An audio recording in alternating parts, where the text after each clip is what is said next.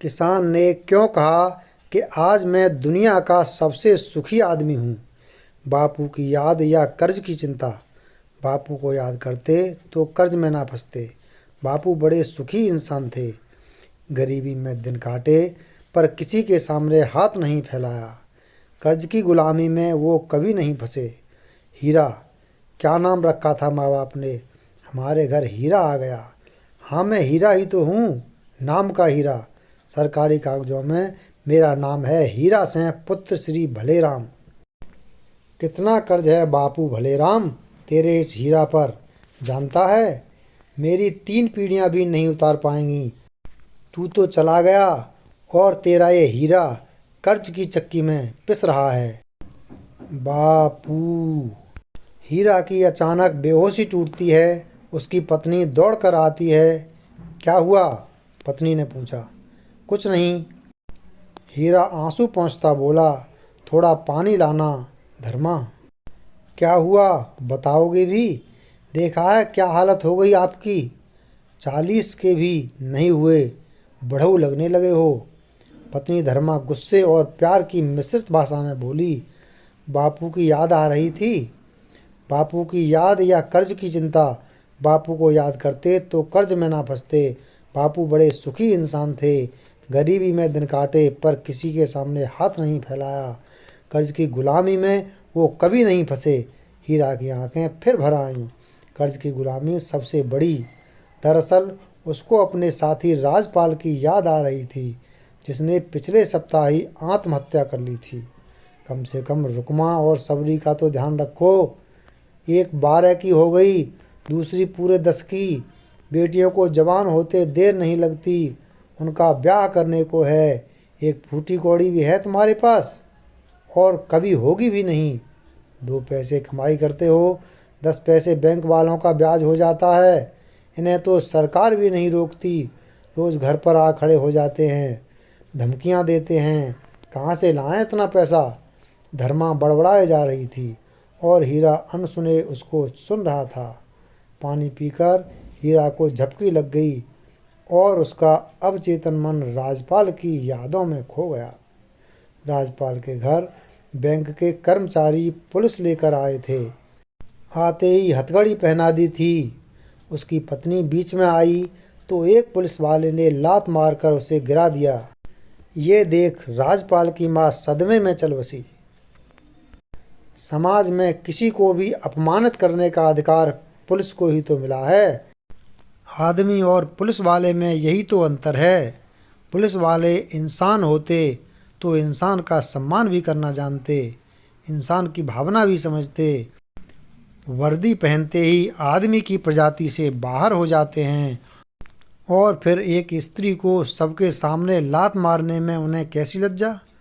अभी 2 साल पहले ही तो राजपाल ने बैंक से 6 लाख का कर्ज लिया था। कर्ज के पैसे से बीज, खाद और कीटनाशक खरीद लिए और तो और एक भैंस और 2 बैल भी खरीद लिए। राजपाल ने सोचा था बैंक के कर्ज से उसके दिन फिर जाएंगे। बैंक ने 6 महीने में ही नोटिस भेजना शुरू कर दिया। सूखा पड़ गया, सारी फसल बर्बाद हो गई। अगली फसल बोई तो उसे बाढ़ निगल गई। घर में भुखमरी इतनी तो कर्ज कैसे उतारता। 4 नोटिस मिलने के बाद भी कर्ज नहीं उतार सका तो राजपाल को जेल की हवा खानी पड़ी। इधर राजपाल जेल में था, उधर उसकी पत्नी और 2 युवा लड़के हाड़ तोड़ मेहनत से खेती कर रहे थे।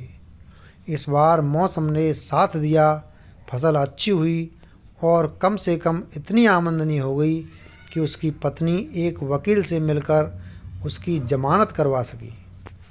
अब जब सारा पैसा जमानत में लग गया तो राजपाल कर्ज कैसे उतारता।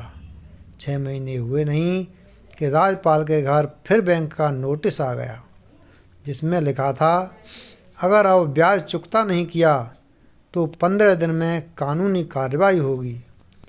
राजपाल को जैसे सांप सूंघ गया था। वह अपने झोले में कुछ लेकर खेत की ओर निकल पड़ा। 2 घंटे बाद खबर आई कि राजपाल ने आत्महत्या कर ली। उसने उसी कीटनाशक को पीकर आत्महत्या कर ली जिसे खरीदने के लिए उसने लोन लिया था। बड़ी घबराहट के बाद हीरा अवचेतन माइंड से बाहर आया। उसकी पत्नी उदास मन से उसको एकटक देख रही थी। देखो जी, अब मन छोटा न करो, धर्मा बोली। अचानक वो देखती है कि हीरा एकटक उस कनस्तर को देख रहा है जिसमें कीटनाशक रखा है, जिसे उसने फसलों को बचाने के लिए बैंक से कर्ज लेकर खरीदा था। एकटक कीटनाशक देखते देखते हीरा को ऐसा लग रहा था जैसे उसके चेहरे पर मौत उतर आई हो। यह देखकर उसकी पत्नी अंदर तक घबरा गई। देखो जी, हमें घबराने की ज़रूरत नहीं, भगवान सब ठीक कर देगा। हमारे पास ज़मीन है, उसे बेचकर कर्ज उतार देंगे। धर्मा हीरा का ध्यान हटाते बोली, आखिर ज़मीन से मिलता ही क्या है? सब सुखी हैं, पर किसानों को क्या मिलता है? खाने पीने को कुछ न मिले, बस कीटनाशक चखने को मिलते हैं।